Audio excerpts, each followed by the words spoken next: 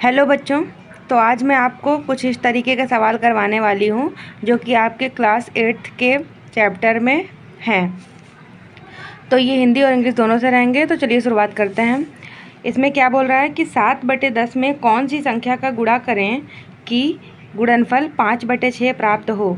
English में अगर बोले तो what number should be multiplied with 7/10 that we get answer as 5/6। ठीक है, यानी कि अब देखिए आपको हमने बताया था इसी तरीके का आपको प्लस वाला करवाया था कि कौन सी संख्या का योग मतलब कि कौन सी संख्या को जोड़ें और कौन सी संख्या को ऐड करें, इस टाइप का था। तो आपको हमने बताया था कि सबसे पहले आपको वो लिखना है जो चीज़ें दी हुई हैं। तो देखिए ये क्या बोल रहा है कि 7/10 में कौन सी संख्या का गुणा करें, यानी एक नंबर ये है, इसी नंबर में किसी अदर नंबर का मल्टीप्लाई करना है। ठीक है, तो क्या दिया हुआ है, ये फर्स्ट नंबर दिया हुआ है। ठीक, फर्स्ट नंबर यानी पहली संख्या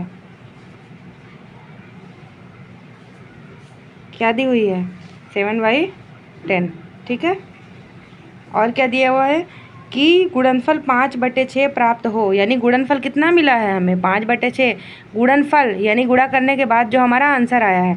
ठीक है, क्या लिखा हुआ है कि that we get answer as 5/6, यानी आंसर कितना आया है 5/6। तो योगफल, ठीक है, कितना हो गया 5/6। ठीक है, अब आपको क्या करना है, इसको हमको समीकरण बनाना है, यानी कि आपको इक्वेशन बनाना है। ठीक है, तो इक्वेशन कैसे बनाएंगे कि इसमें बोला है कि 7/10 में कौन सी संख्या का गुणा करें, यानी हमको गुणा करना है। तो 7/10 में किसी नंबर का गुणा करना है। ठीक, तो गुणा का चिन्ह लगा दिए, यानी मल्टीप्लाई का साइन लगा दिए। अब इसमें हमको किसी नंबर का मल्टीप्लाई करना है, वो नंबर हमको नहीं मालूम, तो फिर उसी तरह सेम एक्स लिख लेंगे जैसे प्लस वाले में किए थे।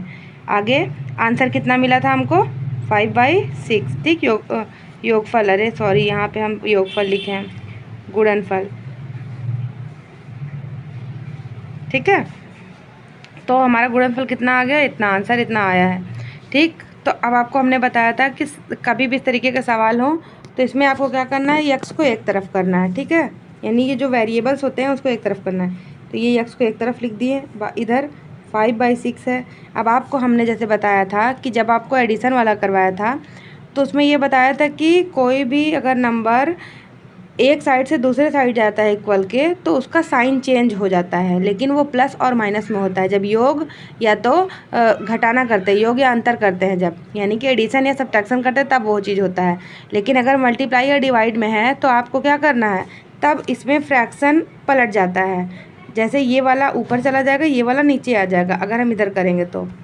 ठीक है, तो ये मल्टीप्लाई लगा देंगे और ये 7/10 10/7 में हो जाएगा। ठीक, अब इसको हमको सॉल्व कर लेना है जैसे हमने आपको मल्टीप्लाई करना बताया था। ठीक है, अगर कुछ कट रहा है तो काट दीजिए और अगर नहीं कट रहा है तो मल्टीप्लाई कर लेंगे।